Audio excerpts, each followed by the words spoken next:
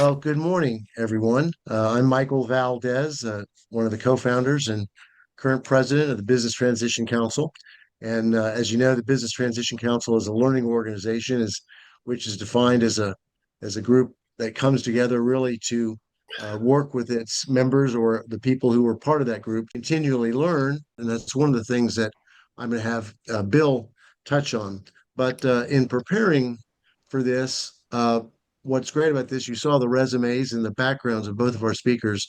Jim Dietz, who is a CFO who's worked in all variety of companies, taken companies public, worked with companies that are um, have been startups.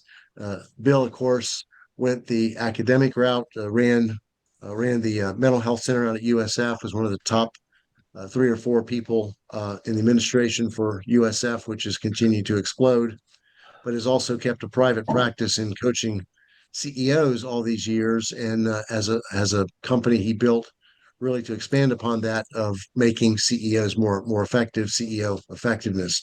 So with that, we really kind of have uh, two different perspectives about what is very important for business owners to know and what's important for them to um, work on as they move forward. So I'm going to start with the first question to kind of lay some framework here about what we do in the symposium, and more importantly, what we're trying to do as we're working with business owners and advising them. So, Bill, if you could talk a little bit about the framework of what a learning organization is and what we do and how we work together and how we then take that information to then work with clients and then collaborate together. If you can just give us a brief Yeah. overview before Okay. I start in the other pieces. Yeah. Uh, First of all, one of the things that is so attractive about the concept of a learning organization is that it integrates the focus of most business enterprises with the focus of psychological development. In other words, it's looking at what occurs within the person and what the business requirements are, and it integrates the two. So if we start off with the definition of a learning organization, which I love, and you could think of yourself as a learning organization as well. A learning organization is defined as an organization that can continually evolve its capacity to create its own future. Now, imagine if this isn't just creating your own future, but evolving your capacity to create its own future. To evolve your capacity, whether you're a business or a person, you have to go inside and create personal mastery and efficiency. So, how does one create an organization? Well, in Peter Sinjay's book, which I love, The Fifth Discipline, you simply have to master 5 disciplines. The first discipline is shared vision. Well, why would an organization want to have a shared vision? Because a little piece of everyone involved in the organization is involved in the vision. And a lot of business people look at their vision in terms of return on investment or increasing margins or expanding the business. But in the learning organization, a vision has to be something that captures your heart. So if you have a shared vision, which is a confluence of everyone's personal vision and that of the company, then you have the heart of the organization in place. Then other disciplines you need to master are personal mastery, which is to align your own self with reality so that the decisions you make in reality have positive effects and results. The second is mental models. This is one that is really profound because all of us have tacit mental models. We're pretty much ruled by things we don't know about ourselves, but we don't know that. And so we think we're going through life making conscious decisions. One of the worst conscious decisions we make is defining ourselves too narrowly because the mental model that we enter life with is like a governor that limits us. So that's the first 3 disciplines you have to master: shared vision, personal mastery, and mental models. What is the fourth? Team learning. Team learning is, as you master these other disciplines, is how your high performance team interacts with itself. And so if you don't know yourself, then your participation on a team is not going to be as effective. So team mastery is the fourth discipline. And then the fifth discipline, and then we'll be done with the overview, is systems thinking. Systems thinking simply means that anytime you change any part of the system, you affect the whole system. So think of your body as a learning organization.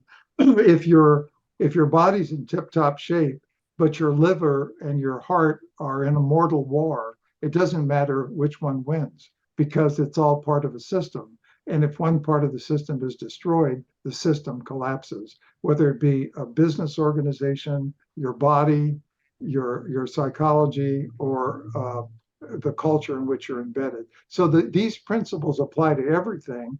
And what's so beautiful about them, this book was written by a Sloan Business College MIT professor, Peter Senge, and it makes 100% perfect sense to psychologists. If you were going to design an organization that took everything that you needed to make it great and to count, that would be the book I would read first.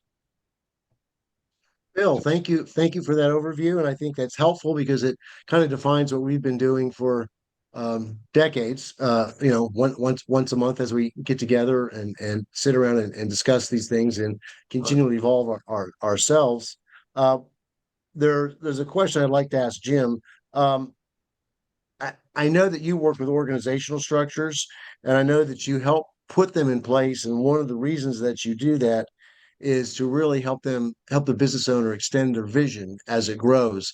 In light of what we're trying to get to, which is, what are all the things that an entrepreneur or family business needs to know to really thrive and survive? I'll let you take that one because I think that fits well with uh, not only your perspective but also the work that you do daily as a CFO and really the strategist for a company. Sure. Thank you. Thank you, Michael. And the truth is, we at the Flores CFO Group, myself, we approach situations differently depending upon the status, the progression, if you will, of the organization. Some are, very much in the early stages. Some have progressed.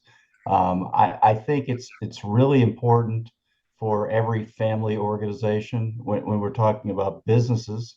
And I'm talking a little less about the person. Bill's much more focused and better to focus on that than I'm talking about the business.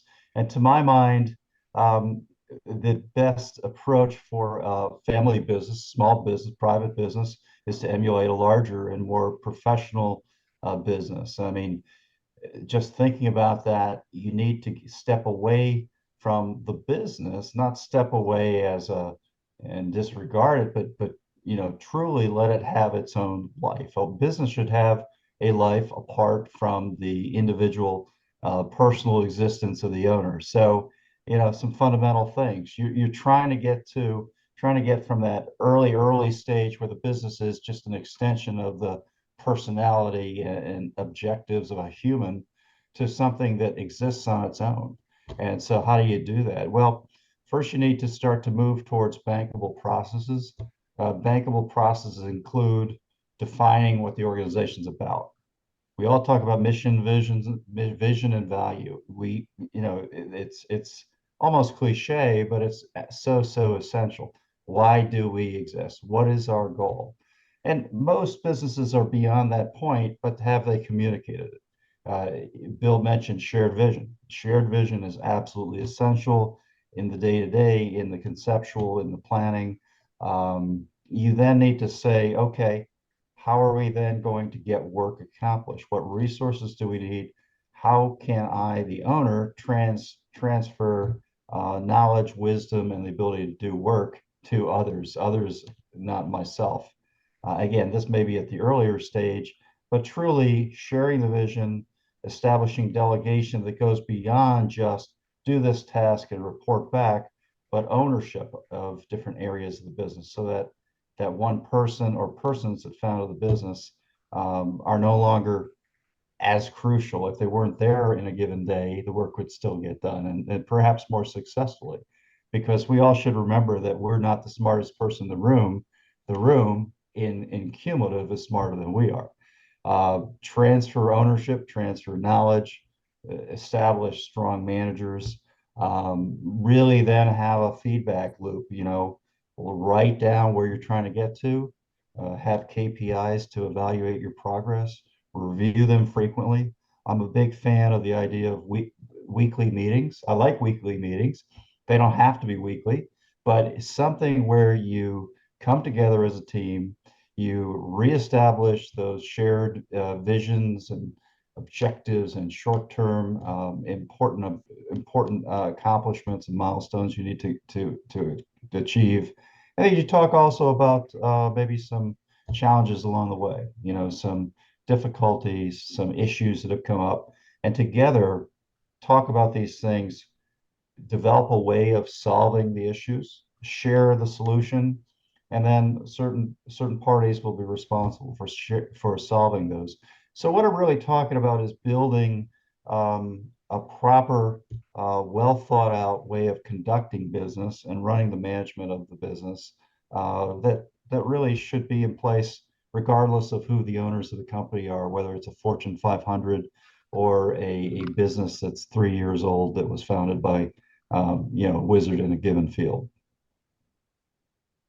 All right. Well, as you're talking about that, something that those who have worked with me over the last 2 decades have heard me talk about is I always say you have to set, SET, before you rest.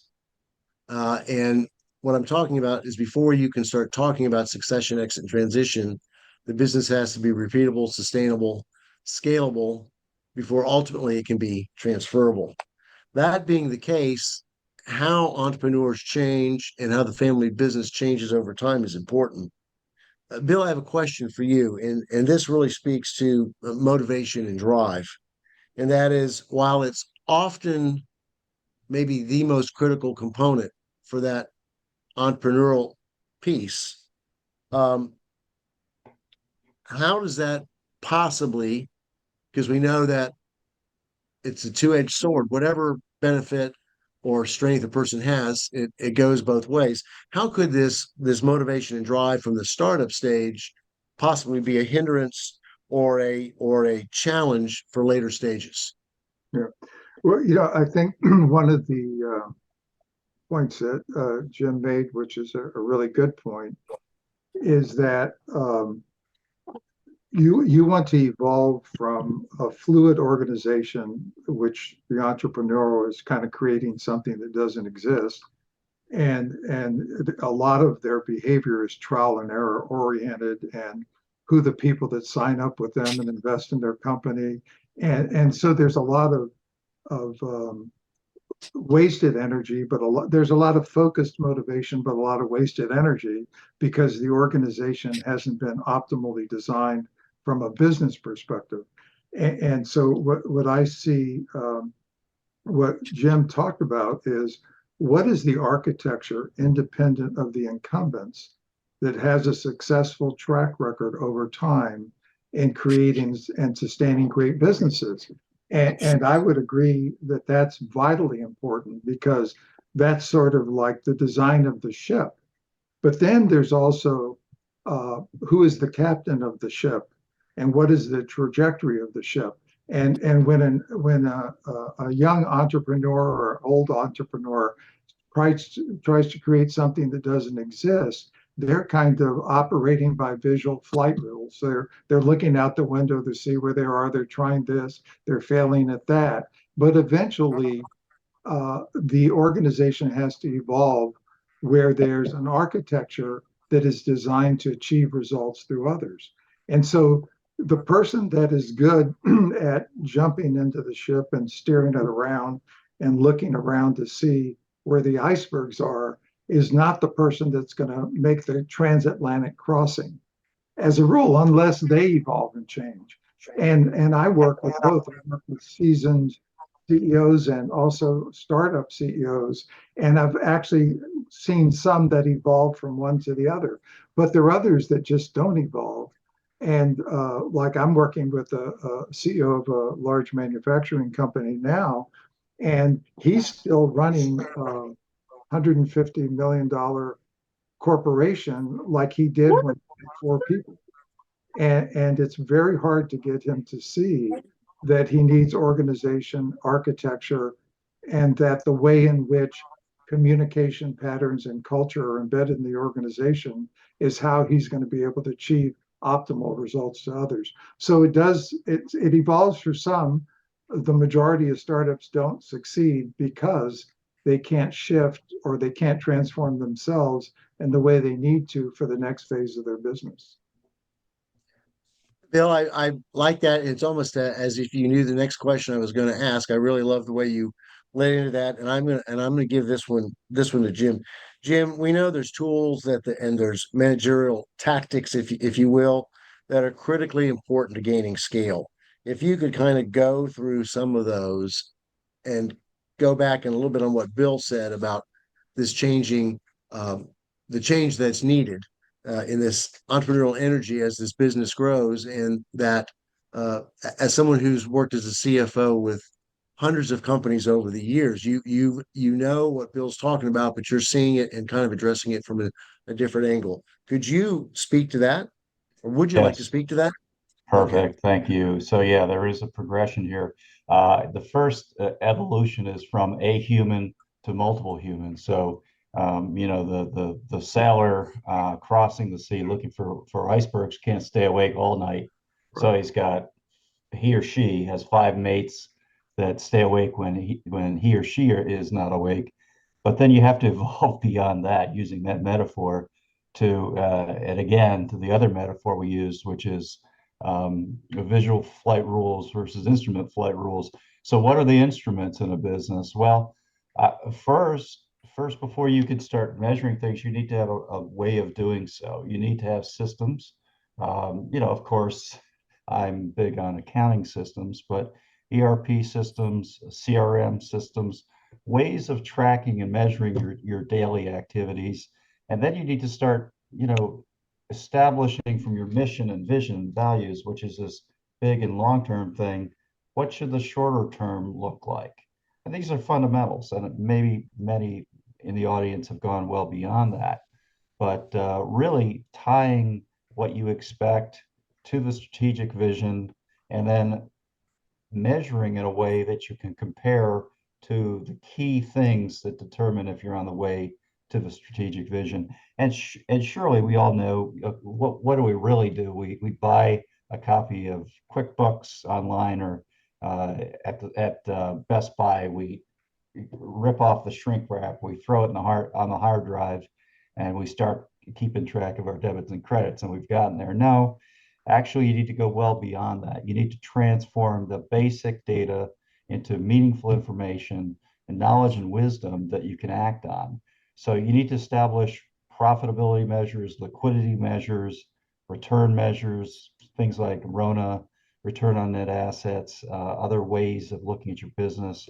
I'm a big fan of the quick ratio because I've seen so many companies get into trouble thinking that things are just fine. Well, you need to look at just your immediately, you're very close to cash assets, your cash and receivables compared to your current liabilities to make sure you're not going to run out of money. Guess what? You may be making that transatlantic crossing, but if you've only put 100 gallons of fuel in this ship, you're not going to make it. So you need to make sure you're aware of all of those things. And again, I mentioned KPIs. KPIs, after you've established those key monthly ratios to track and for everyone to share and to focus on, KPIs are any sort of indicator of your success. Balanced scorecard got a lot of press in the last 20 years. That's really important. It's not just the numbers, it's other things like how are we responding to customer concerns and complaints?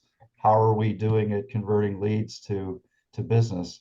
All of those measures come from systems, and then you need to establish ways of reviewing and managing it, and then assign that out to different personalities and departments to then report back to the captain and say, Captain, we're actually doing really well on guest accommodation, but we're actually not tracking well, so we need to steer the ship a little bit. So again, trying to use that ship analogy, we're probably going too far with the metaphor. You need to start establishing ways to measure the organization and its success over time and compare to your peers, both horizontally and over time, to see how you're doing, and then constantly review that, address things that are deficient. Maybe you're doing fine, but can you do better? And really put those actions into motion.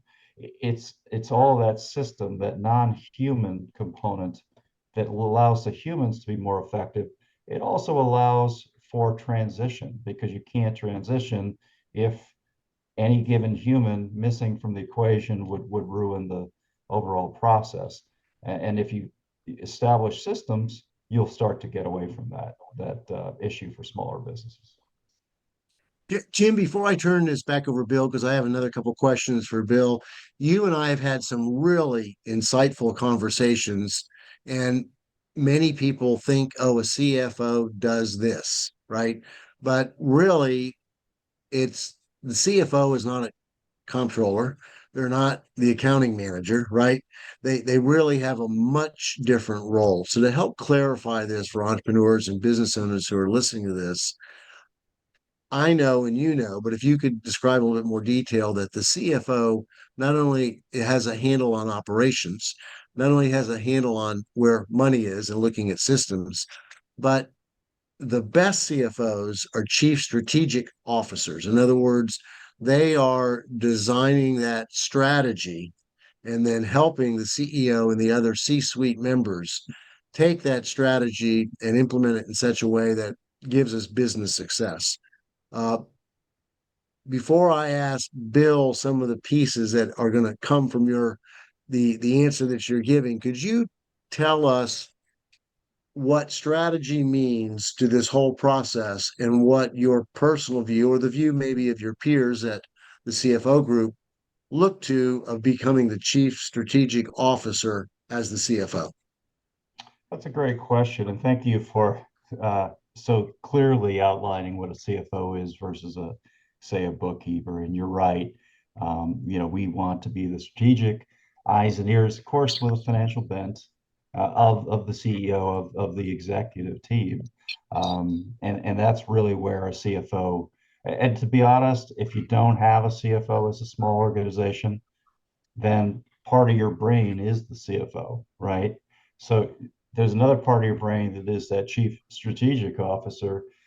If you have a good strategic oriented CFO, and again, you mentioned the Florida CFO group, we provide our services on a fractional basis, so smaller companies can have someone with that, with the types of strategic views for a fairly affordable price. But the whole idea is to take the broader vision and to take the accounting information and really bring it together, bring together the insights about what we ought to be doing. Not only how are we doing versus a perfect strategy, but what ought we be doing based on our financial performance, our opportunities in the market, what other businesses are doing, and really translating that into two things. One is a financial vision. What does success look like financially, just in perfect lockstep with what does success look like in a more general sense? Customers served, customer satisfaction, amount of market captured, perhaps. What are the financial where's the financial correlation to that? How do we not only measure that, but how do we accomplish it? And I think that having somebody like that as your partner, again, I've always been in the CFO role. I have been a COO. I have been a CEO, but quite frankly, in those situations, I was also the CFO. So, but to have a partner, it may be a bit of hubris, but I think that if I had a partner that was a really great CFO and I could sort of synergize with that person, and he would own the pieces and the parts of strategy and seeing that the strategic vision we established is implemented, because that guy is really detail oriented, and I tend to be the Indian scout going over the next hill to see the next opportunity.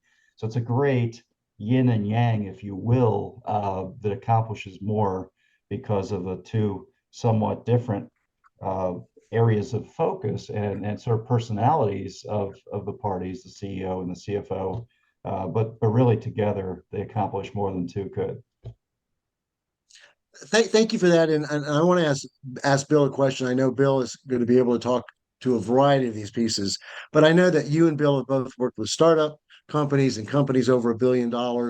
Many of the clients that the Business Transition Council members work with are really 50 million in sales or less. That's kind of the majority that we end up coming across on a regular basis. Of course, we have members who work with larger ones.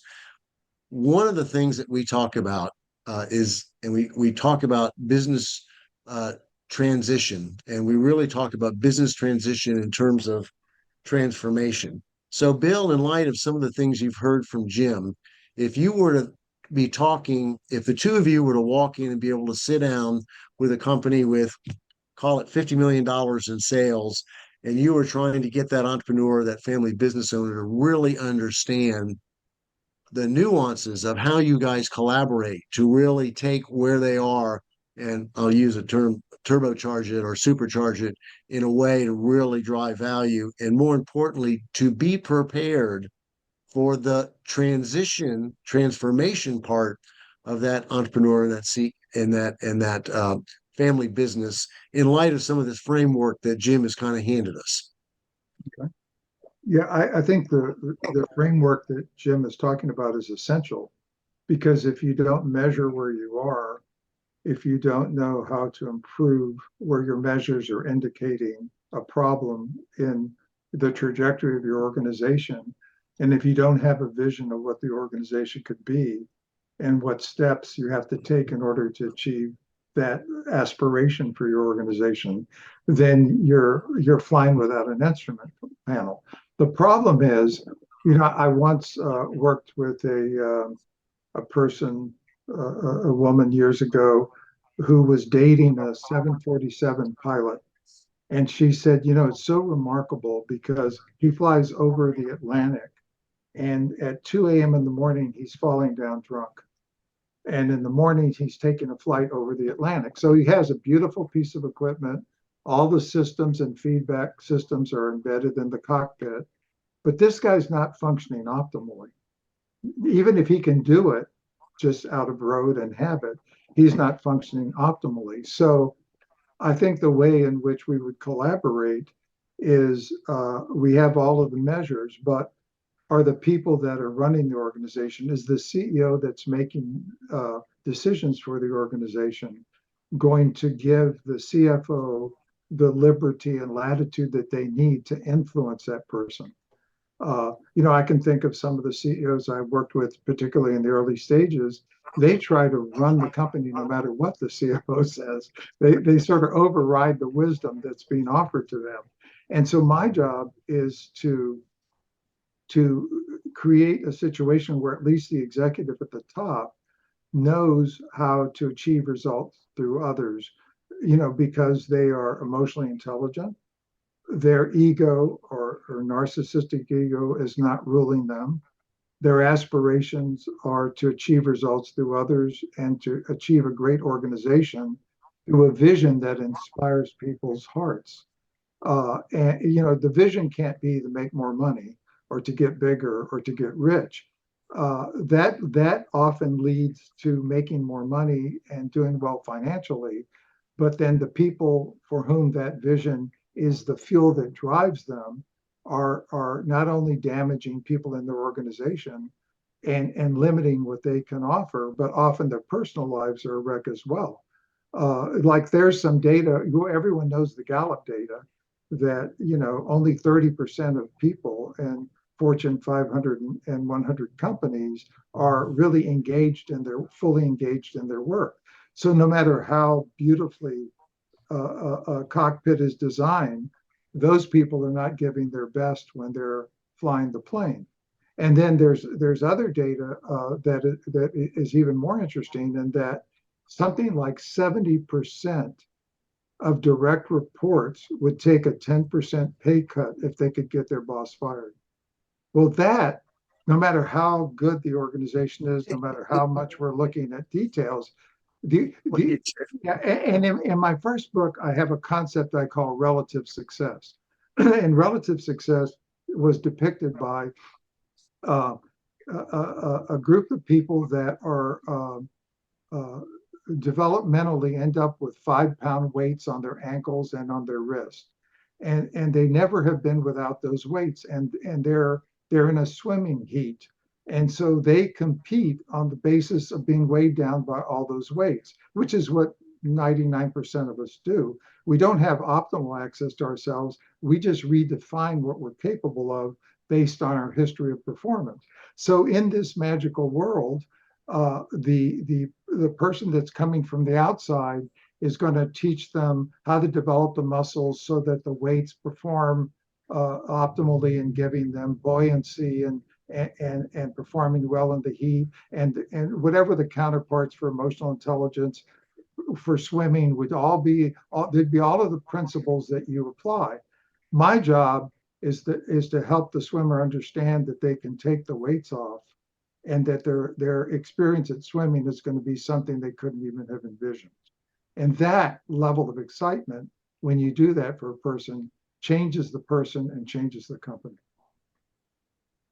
Bill, you and Jim are doing a great job with analogies, and as we know, people forget many things that we tell them, but they do remember stories and they do remember analogies because they're able to put those pictures in their mind.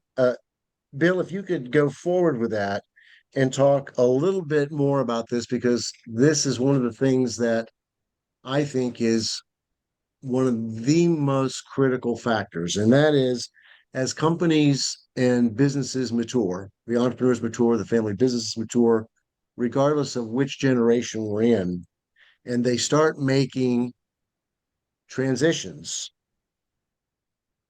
That could be a sale, a partial sale, a separation from service, whatever is going on. We know that the isms of human nature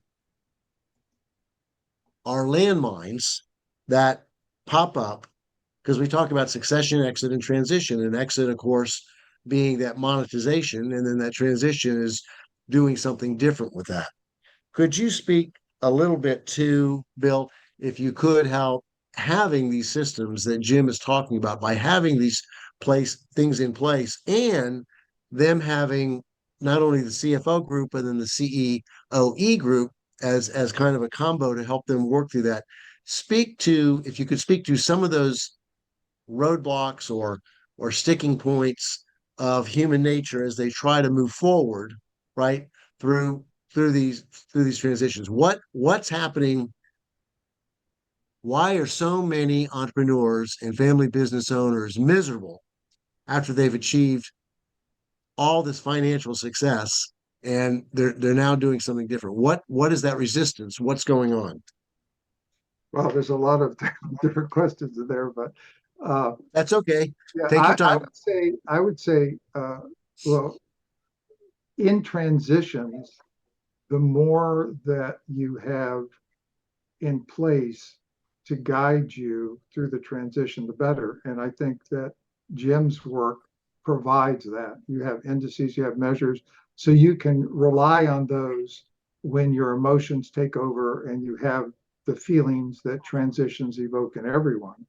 And the reason, as I've said before to the group, the brain has two hardwired tendencies. The first is to interpret ambiguity as danger, and the second is in the presence of danger alarms or ambiguity is to double down on your habitual ways of coping with things. Okay, so there's another tendency that the brain has, and these are all hardwired. The brain tends to be 5 times more likely to focus on negative events than positive events. So, and then it tends to be 5 times more likely to recall negative events than positive events. So we're equipped for the brain is equipped for the physical survival of the body. All right. You don't survive by remembering all the positive experiences and stepping on a snake, so the brain is designed properly, but the hardwired tendencies in transitions tend to evoke brain tendencies that obfuscate thinking. Like the best thinking is done by engagement of the prefrontal cortex or the frontal lobes of the brain. Those, when things are going well, and when you have all of the indices to refer to, and then things are kind of sailing along, you're growing, you're developing.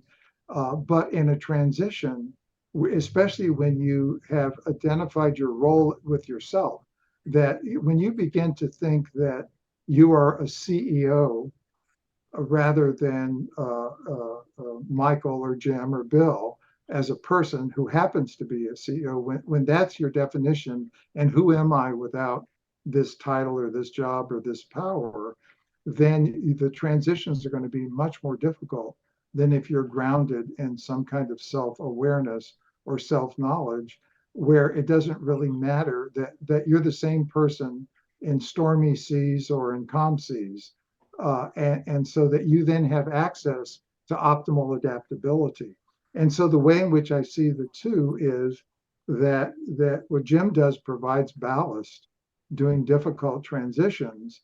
And what I do is help the person to understand. And again, there's a whole continuum, like the person that's already neurotic or high anxiety is going to respond to the transition much more emotionally, much more disruptively than the person that has resolved some of these issues for themselves.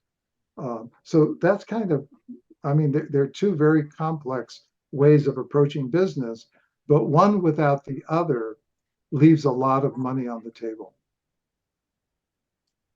Bill, thank you. And I want to turn this back over to Jim because you've given Jim plenty of places to plow with some of these thoughts. And I know as we've talked about exit planning or transition planning, uh, one of the things that happens is when does it make sense? And I'll direct this to Jim to possibly cede part of that business or the ownership or the capital to someone else in some form. And we've been talking about what's happening to the family businesses and the entrepreneur as they go through this process from a human perspective.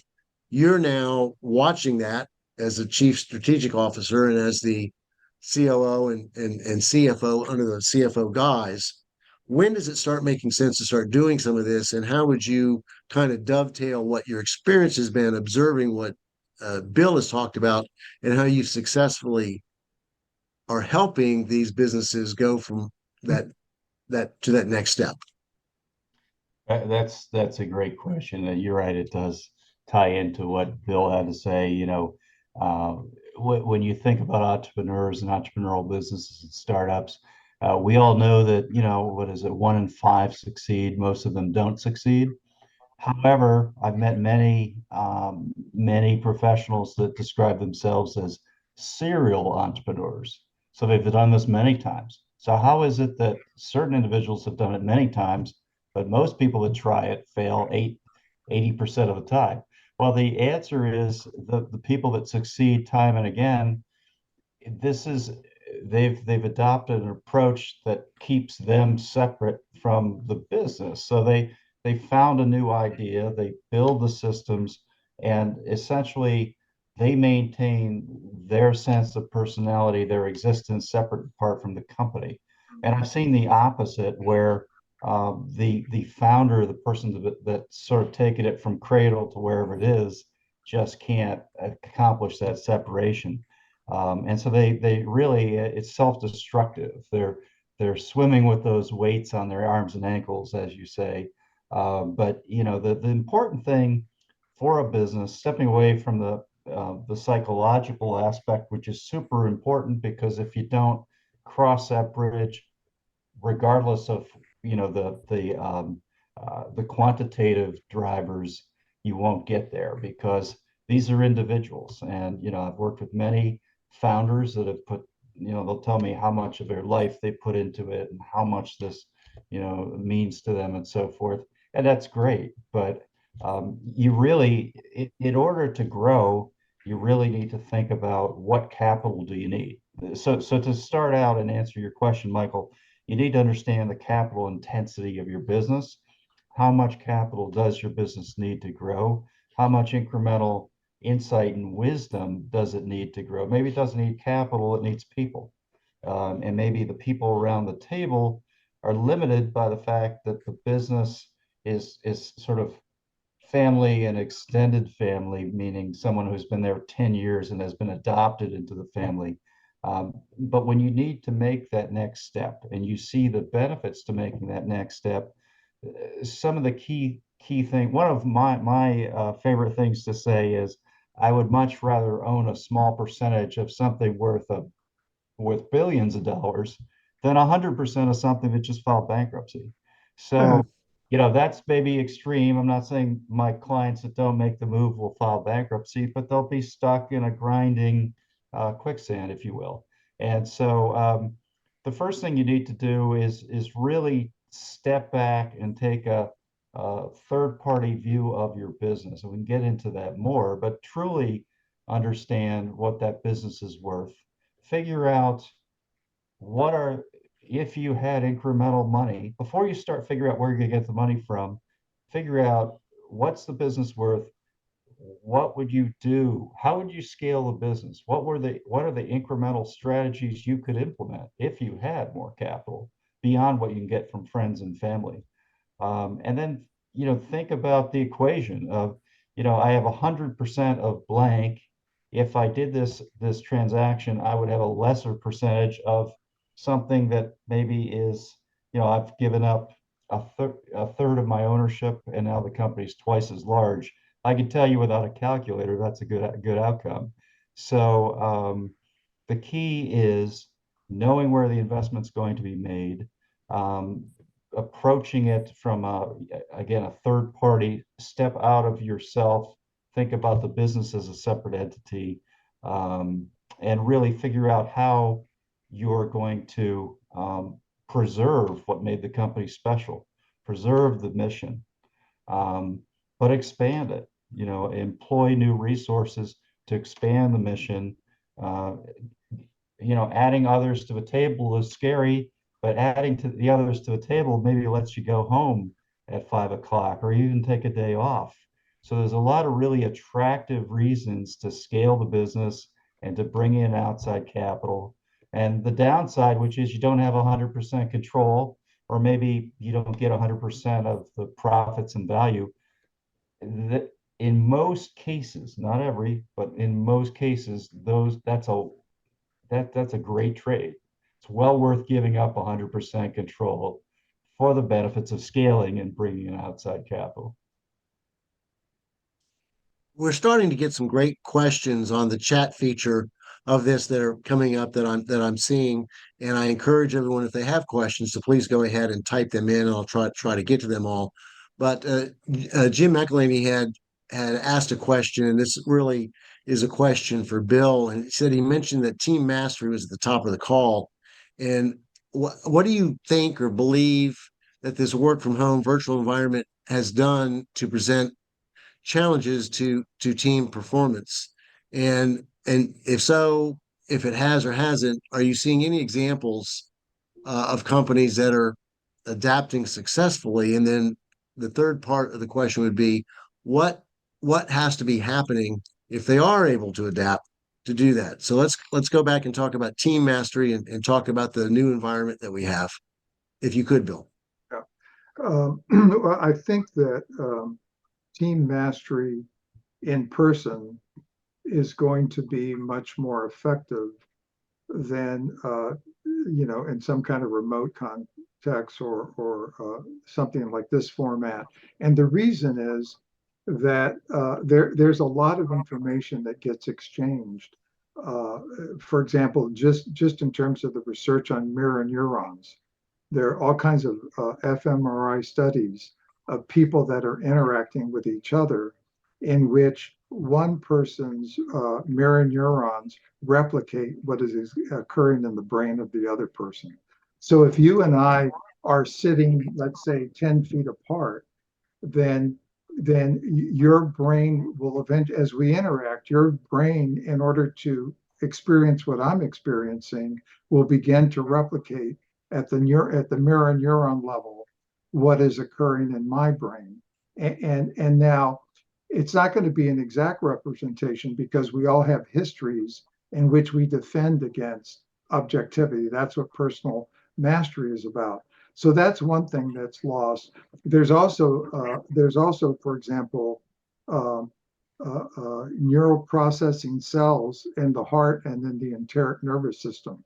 So that means that in your gut and in your heart, you have information processing cells that are very much through neuropeptides like the cells in your brain.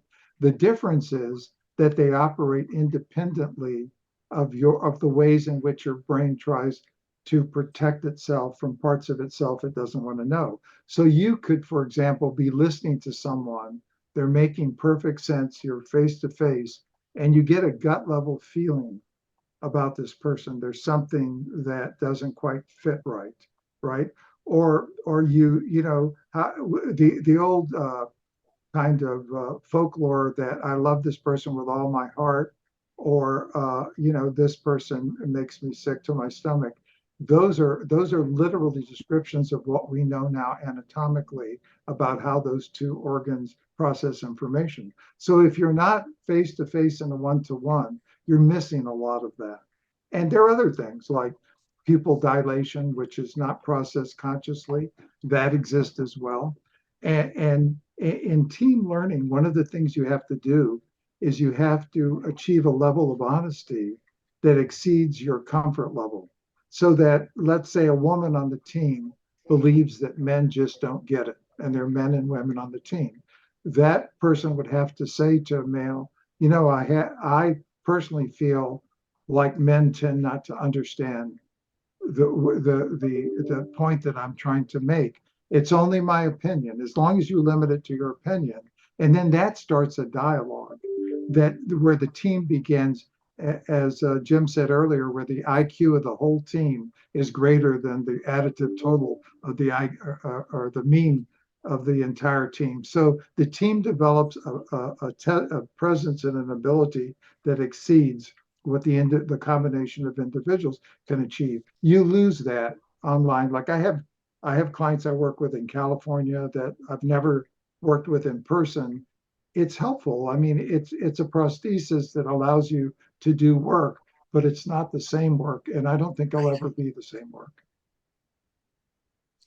Bill, that's a great point, and that's one of the reasons. Besides, having our educational events 3 times a year open to the public, and then our 11 events that are virtual that we work with, we have our friend raising where we get together 4 times a year at a minimum, just so that we can have those neurons firing in the flesh, if you will, because it is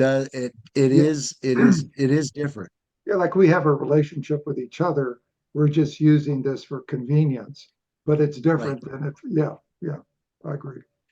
So we've had a really exciting time today. I've thought this was a fascinating conversation. When Dan and I got together and started talking about having an organization, it really came out of our curiosity to really discover who all these individuals were who were surrounding the business owner, to really kind of understand what is this thing called succession, exit, and transition. So as we go into the last 10 minutes, um, I have a lot more questions, but before I take up the last 10 minutes, and this is a question for Jim and Bill, and I hope that there's still more that you have to say, and that is there anything that you hoped that we would cover in this conversation about entrepreneurs and family business owners that comes from your ability to collaborate together with your um, different viewpoints on what's actually happening in that business and getting them through succession, exit, transition?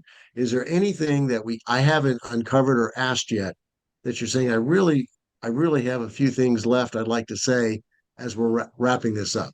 Bill, Jim? Jim, Well, I think that we've covered most of what's important, but the most important thing is to have an entrepreneur and owner that is truly interested in progression, understands some of these basics, and is willing to walk the path. And that's with me or with Bill. And we have, you're right, we can work together really well because my focus, as you know, I'm talking about numbers and systems, and Bill's talking about, getting your head wired correctly and thinking more broadly than you have been to date. So you're not, self-sabotaging. I like that term sometimes because I've had so many owners that have self-sabotaged, and I've implemented many of the things in my toolkit, and they're still self-sabotaging. And so we keep, it's like I'll be there for a session, we'll make progress, we'll decide we're going to do something, I'll come back in a week, and we're back to where we were. And so it's just a great indication that, self-mastery, and I'm not sure which term I would apply to, maybe multiple, and the person I'm thinking about particularly, but first the person has to get their head right and think about their relationship to the business the right way.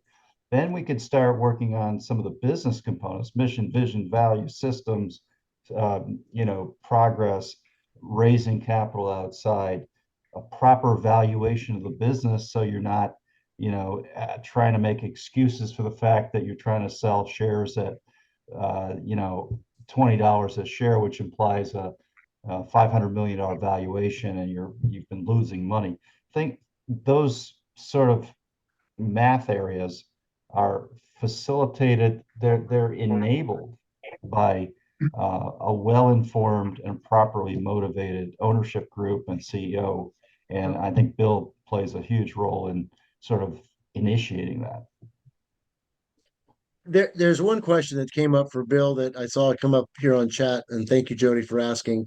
But we've talked about some of the limitations and what the reasons are. Team management, team learning, and team connectedness is disrupted in some way in a virtual world. Are there any suggestions that you would have for entrepreneurs or business owners, family business owners, knowing that remote communication is part of how business works today? What are some of the things that you can think of that would make team interaction more fruitful, more beneficial, or more satisfying? Well, to work on developing a relationship between the people that have remote connections. Like I think what you've done with the Business Transition Council is a really good idea, where we used to meet in person all the time. My sense is that this is really very effective, this format, but it's because the people already have a relationship. And also, it's a group of people that are interested in being part of this. So these people are already open to the ideas of others and sharing. And there's a kind of an acceptance and respect for everyone that doesn't exist in all remote forums. Sometimes they're adversarial, sometimes they're negotiations. So I would say as much personal contact or as much relationship building as you can build into the process, that would be a way of making it as good as it could be. But I wanted to just touch on one more thing, if I could, from what you said. No, please. You've got another 5 minutes here, Bill. Go ahead. Yeah, well, no, but I remember one of the things about family businesses is that the same people that contributed to the belief system, the mental models that are replicated throughout a child's life as they become an adult and maybe inherit the business, are constantly reinforced in the context of the business if they're working in it. So there's very little opportunity to see yourself more objectively. So there are limits. If there are limits on your mental model evolving, there are going to be limits on all the other ingredients of a learning organization. And I just thought of an example, actually, years ago. I remember Dan Maloney and I had a conversation where it was during a very bad economic time. And I hope I remember this correctly. And he had a young man that he had just a great price for his company. It was like, if you could just write your own ticket. Dan had really worked it out. So this guy could all he had to do was sign, and he was getting away with what was just almost a miracle, but the guy wouldn't sign. And so Dan kept saying, like, it doesn't make sense. And so then Dan and I remember Dan came to my office and we just talked just as friends. And he said, I said, well, tell me a little bit about the guy. And he said, well, he was a young man and his father died of a heart attack, and he had this whole business thrust upon him. And now he's built it into something that is really good, and he has a price that is, to kill for being offered, and he won't sign. And so my comment was, could you ask him how he grieved his father's death? And then Dan said, well, he didn't have time to grieve it. He was just too busy, and he was just too full of what he had to do to maintain the company. And I said, well, my guess or my hunch is that keeping the company is keeping his father alive or keeping his father close, because he hasn't grieved the loss. And so maybe if you talk to him about that, he might be more willing to sign. And so Dan did, as my recollection, and he signed. And Dan, I don't know if that's accurate from your perspective, but that's how I remember. Oh, he's on. Yeah, that's very accurate. And what turned out in the end, after we had a few, I'll say, tearful sessions about his dad, Right. He wound up selling the company, but not the whole thing. I asked him, well, what would your dad want? How would your dad change this if your dad were still here? And he said, well, he loves this part of the business and not the other part. Right. So we sold part that his dad didn't like, and he made big dollars and started up another distribution company to work in the same industry. Only now he served the whole country instead of half the country, and he made a lot of money just by crying a little bit. Well, by grieving, yeah. Yeah.